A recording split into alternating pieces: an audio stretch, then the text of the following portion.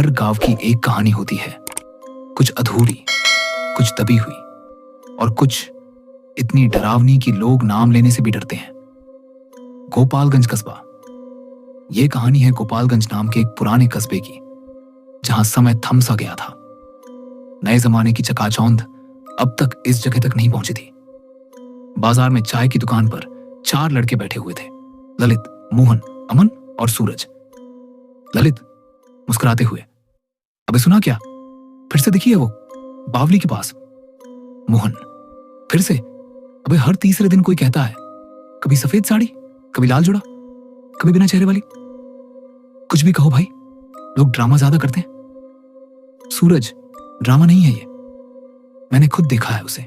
बीती रात पवाड़ी के पास से गुजर रहा था, अचानक हवा बंद हो गई और वो वहीं खड़ी थी, लाल जोड़ा, खुले बाल और उसकी आंखें जैसे सीधा अंदर तक घूर रही थी। अमन, तू उसका नाम तो नहीं लिया था ना?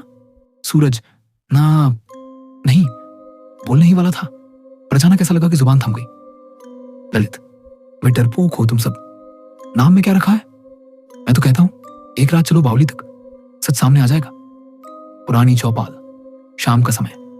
रघुनाथ बाबा, गांव के सबसे बुजुर्ग और रहस्यमयी आदमी, चुपचाप बीड़ी पीते बैठे थे। मोहन, बाबा सच सच बताइए, ये बावली की कहानी क्या है? बाबा, बावली सिर्फ एक गड्ढा नहीं है बेटा, वो एक दरवाजा है। उसकी गहराई में सिर्फ पानी नहीं, एक आत्मा बसी है, एक ऐसी आत्मा जो बदले की आग में जल रही है। अमन, कौन थी वो बाबा? बाबा, नाम मत लो उसका और कहानी सुन लो। आज से लगभग 40 साल पहले रेवा नाम की एक लड़की थी, गोरी, सुंदर, पढ़ी लिखी, पर उससे भी ज्यादा अलग थी उसकी सोच। वो एक तांत्रिक से प्रेम करती थी, नाम था उसका धीरनाथ। गांव के ठाकुरों को यह रिश्ता नागवार था। उन्होंने समाज के नाम पर, मर्यादा के नाम पर उसे बावली के पास जिंदा जला दिया। और तब से हर तीसरे साल की पूनम की रात वो वापस आती है, अपने अधूरे प्यार और अधूरे बदले को पूरा करने। रात 12 बजे बावली के पास ललित और रवि हिम्मत करके बावली तक पहुंचे। रवि, अभी कुछ नहीं है यहां, सब दिमागी फितूर है। ललित, रवि, हवा क्यों बंद हो गई अचानक? रवि, ओह रेवा, आजा, देख तेरा नाम ले लिया हमने, कुछ नहीं होता। फिर अचानक चारों तरफ तेज हवा चलने लगती है। बावली के अंदर से एक ठंडी सफेद धुंध उठती है और उस धुंध में से एक औरत बाहर निकलती है। लाल जोड़ा, पैरों में घुंघरू, चेहरा सफेद, आंखें जलती हुई। रेवा, तुमने बुलाया था ना, मैं आ गई। ललित चीख कर भागता है। रवि की आवाज बंद हो जाती है। अगली सुबह बावली के पास उसकी चप्पलें मिलती हैं, पर रवि नहीं, सुमन, गांव की एक पढ़ी लिखी लड़की जो शहर से आई थी अपने नाना नानी से मिलने। वो जानना चाहती थी क्यों लोग नाम नहीं लेते, क्यों सब चुप रहते हैं। सुमन, रेवा, उसे दफनाया नहीं गया था, बल्कि जलाया गया, बिना मुक्ति, बिना सम्मान। शायद इसलिए उसकी आत्मा आज भी यहां भटक रही है। रात की तीसरी पहर, बावली के पास। सुमन, रेवा, अगर तू है तो सामने आ, मैं तुझसे डरती नहीं, तेरी बात सुनना चाहती हूं। धीरे धीरे धुंध के बीच से रेवा की आत्मा प्रकट होती है, लेकिन इस बार वो गुस्से में नहीं, उसकी आंखों में आंसू है। रेवा, तुम मेरी जैसी लगती हो, शायद तुम समझ सकोगी मेरा दर्द। सुमन, क्या चाहिए तुझे?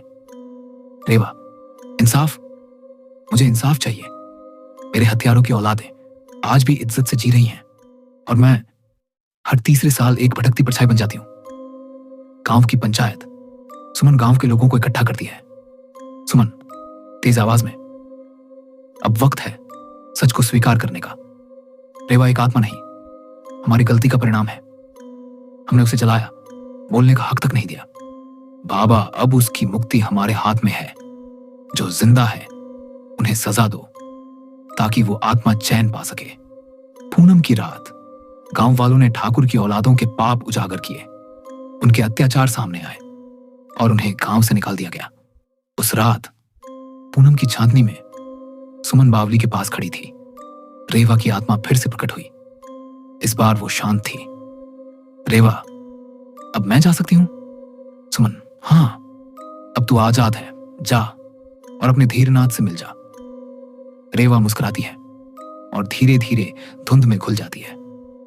बावली से रोशनी की एक किरण उठती है और पहली बार उस जगह पर चिड़ियों की आवाज सुनाई देती है। कुछ दिन बाद, ललित, तो अब सब खत्म हो गया? बाबा हंसते हुए, कहानी कभी खत्म नहीं होती बेटा, बस इंतजार करती है किसी और की आवाज का। तूने बुलाया था ना, मैं लौट आई। कहानियां अगर अधूरी रह जाए तो वो लौट कर जरूर आती हैं, कभी इंसान के रूप में और कभी साये की शक्ल में। गोपालगंज में सब कुछ सामान्य हो गया था। बावली को अब एक पार्क में बदलने की योजना थी। सुमन शहर लौट चुकी थी, पर उसकी डायरी में रोज कुछ न कुछ अजीब घट रहा था। सुमन डायरी पढ़ते हुए, 6 महीने हो गए, सब शांत है, फिर भी हर रात 3:03 पर मेरी खिड़की पर कोई दस्तक देता है और जब मैं उठती हूं तो बाहर कोई नहीं होता। राजीव और प्रिया शहर से गोपालगंज शिफ्ट हुए थे। उनका छोटा बेटा आरव 7 साल का। प्रिया मुस्कुराते हुए, यह घर तो बहुत सुंदर है राजीव, इतनी सस्ती कीमत में मिला, किसी को भी यकीन नहीं होगा। राजीव हंसते हुए, गांव में लोग अंधविश्वासी होते हैं, बावली वावली सब कहानियां खो हैं। आरव धीरे से, मम्मा, उस कुएं से एक दीदी मुझे बुलाती है। वो कहती है, नीचे आओ, मैं तुम्हारा इंतजार कर रही हूं। सुमन डायरी में हो रही घटनाओं से परेशान होकर दोबारा गांव लौटी। बाबा धीरे से, तू लौट आई क्योंकि वो अभी भी यही है। रेवा की मुक्ति अधूरी थी क्योंकि उसकी आत्मा सिर्फ बदला नहीं, अब कुछ और भी चाहती है, एक शरीर, एक रूप और एक घर। बावली फिर जागी।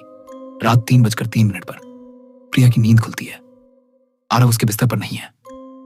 प्रिया चिल्लाते हुए, आरव कहां हो तुम? दरवाजा खोलती है। बाहर तेज ठंडी हवा और बावली के किनारे आरव खड़ा है, उसकी आंखें बंद और होंठ फुसफुसाते हुए। आरव, रेवा दीदी कहती हैं, अब मैं उनका हूं, अब मैं नहीं, वो हूं। गांव में एक तांत्रिक आता है, भैरवनाथ वो रेवा की आत्मा को पहचानता है।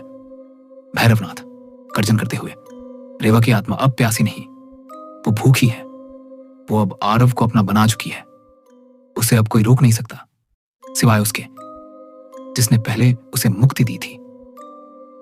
बावली का सच खुलता है। सुमन को पता चलता है कि रेवा की हड्डियां अभी भी बावली में दबी हैं। पूरा दाह संस्कार कभी हुआ ही नहीं। बाबा धीरे से, जब आत्मा को अधूरा जलाया जाए तो वो आधा प्रेत बन जाती है, आधा इंसान, आधा छाया। और छाया जब किसी के साथ जुड़ती है तो फिर उसे हटाना नामुमकिन हो जाता है। सुमन, भैरवनाथ और गांव वाले बावली पर एक यज्ञ करने जाते हैं। रेवा की आत्मा को बुलाया जाता है। भैरवनाथ मंत्र पढ़ते हुए, एयुएम नमो काल भैरवाय, प्रेत बाधा विनाशनी। अचानक मंत्र रुक जाता है। रेवा प्रकट होती है। अब उसका चेहरा इंसानी नहीं, काला धुआं, गुस्सा, और उसके पीछे खड़ा आरव जिसकी आंखें अब लाल है। रेवा गुस्से में, मुझे वापस मत भेजो, मैंने कुछ नहीं मांगा, पर अब मैं सब कुछ चाहती हूं। मेरा नाम मिटा दिया गया, अब मैं हर बच्चे में अपना नाम लिखूंगी, हर मां की गोद सूनी करूंगी। सुमन ने एक आखिरी फैसला लेती है। सुमन, रेवा, अगर तुझे शरीर चाहिए तो मेरा ले ले, आरव को छोड़ दे, मैं तेरे सारे दर्द का हिसाब बन जाऊंगी। रेवा चीखती है और सुमन की तरफ बढ़ती है। अचानक यज्ञ की आग भड़क उठती है। भैरवनाथ मंत्र तेज करता है। बाबा बावली में रेवा की अस्थियां डालते हैं। एक जोरदार चीख और सब कुछ शांत। अंतिम दृश्य, गांव में सब फिर से सामान्य, पर एक बच्ची झूले पर झूलती है। धीरे धीरे झूला रुकता है और उसके होंठ हिलते हैं। बच्ची धीरे से, तूने बुलाया था ना, मैं फिर लौट आई, और इस बार मैं रुकूंगी हमेशा के लिए। आपका एक लाइक, एक सब्सक्राइब और एक शेयर हमें बेहतर कंटेंट बनाने की ताकत देता है। आपका यही छोटा सा साथ हमारे लिए सबसे बड़ा इनाम है। तो जुड़िए हमारे सफर में, जहां हर वीडियो लाएगा कुछ नया, कुछ खास, मनोरंजन भी होगा और जानकारी भी, क्योंकि आप हैं तो हम हैं।